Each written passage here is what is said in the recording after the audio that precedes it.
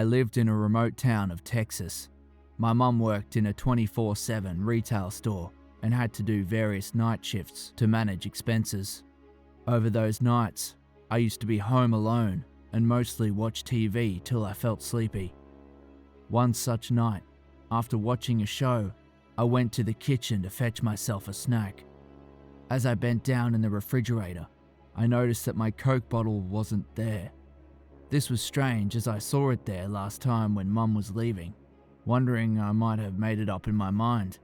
I closed the refrigerator door and went back to my room. As I was about to sleep, I heard a loud thud from the kitchen. Now, that Coke incident flashed over my eyes and I started getting feelings of uneasiness. My mum used to lock the main door from outside using her key to make sure that I stayed home. I also remember that all the other windows and doors were safely locked.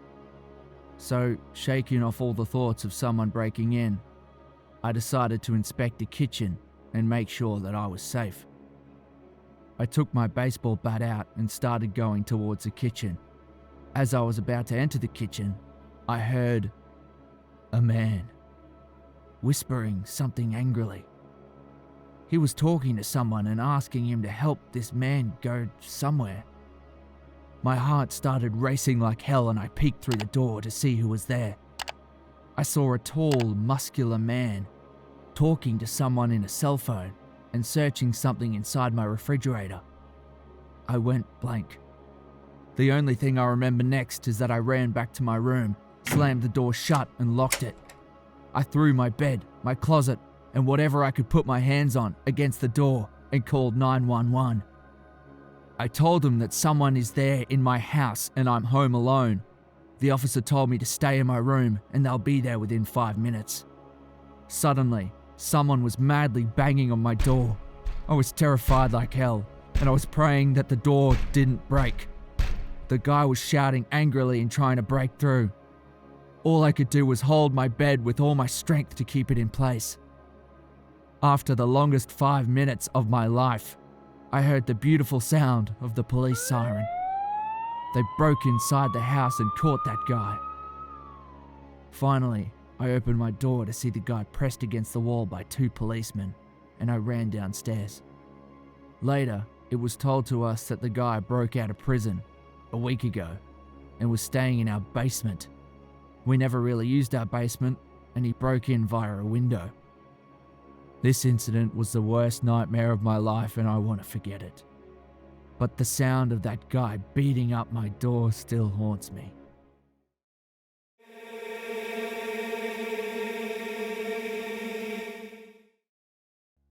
This dates back to when I was about 7 years old. I was at home with my sister who was 15 at the time.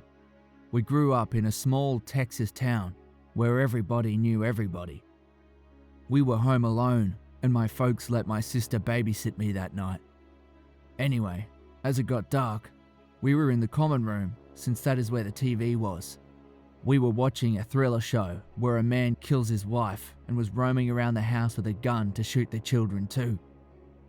Well, the thing about our house common room is the door leading to the backyard was a large glass door, and it's absolute dark outside until we turned the back door light on. The front door is on the other side of the room with a small entryway. This is a solid door, so you can't see what is beyond it, with a glass storm door on the outside of it.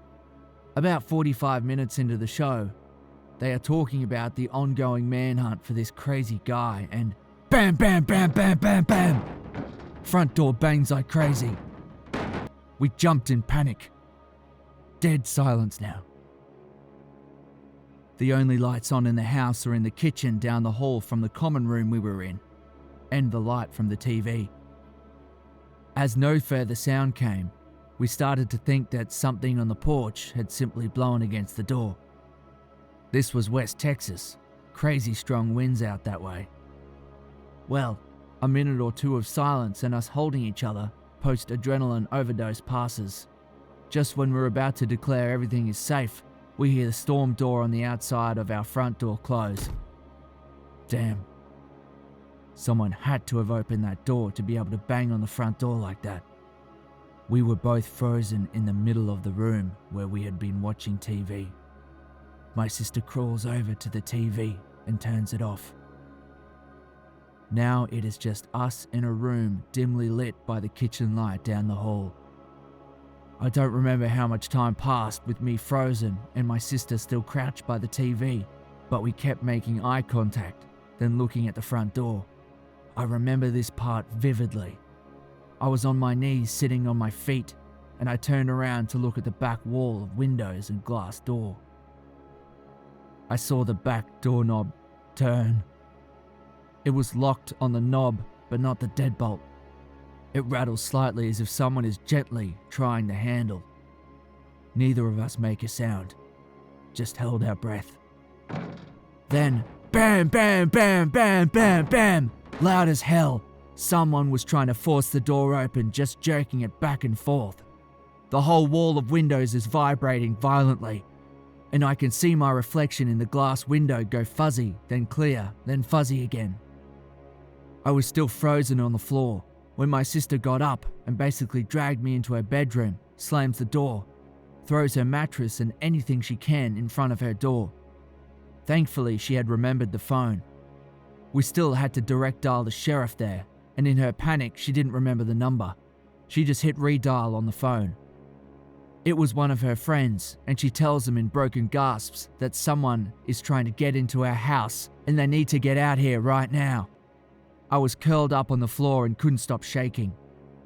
We don't hear anything else until we see the headlights of my sister's friend and her parents driving up to the house. We never did find out who was at the door or why.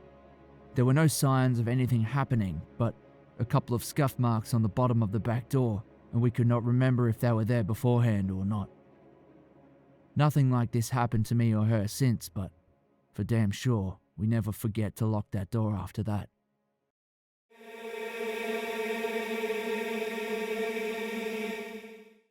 I moved to my dad's when I was 10, and I didn't know anyone else in the area, except for the family my dad was friends with. A single mother with 3 kids. Luckily, there was a girl named Ava, a couple years older than me, and we got to know each other a little as the time passed. We weren't close, but ended up having the same friends. One night, my friend David was hanging out with her and her younger brother. They happened to be in the house alone because her mum was at work, which is where this gets terrifying and sad. Her mother has been helping this one lady through her work and got to know her fairly well. She found out her sister was in a mental institution and was let out recently. So, the night when David was hanging out with Ava, they get a knock at the door. Ava thought it was just her mum and answered it without thinking. David wasn't supposed to be there and he took off through the window to his house down the road. He never thought twice about it. As Ava opened the door, she found out that it wasn't her mum. It was the sister of the lady her mum was helping, and she figured out through talking to her sister where her family lived and her mum's working schedule. She insisted to come in, telling she's a friend of her mum and she invited her to the house. Ava let her in and told her that she's calling her mum to get home early. Suddenly, the other lady started behaving strange and asked for a knife. When Ava asked her why she would need it, she started yelling. This terrified her brother, and he came running to our home and told my father about the situation. When my father went to her house, he found that the front door was wide open. He immediately rushed inside and found the body of Ava, bleeding heavily with multiple stab wounds. He immediately called 911 and the ambulance. Unfortunately, they couldn't save my friend, and she died in the hospital. Her family moved out of the town shortly after that. The cops caught the lady and had to send her to mental hospital again, considering her mental instability. I was terrified, wondering how answering the door without checking cost my friend her life.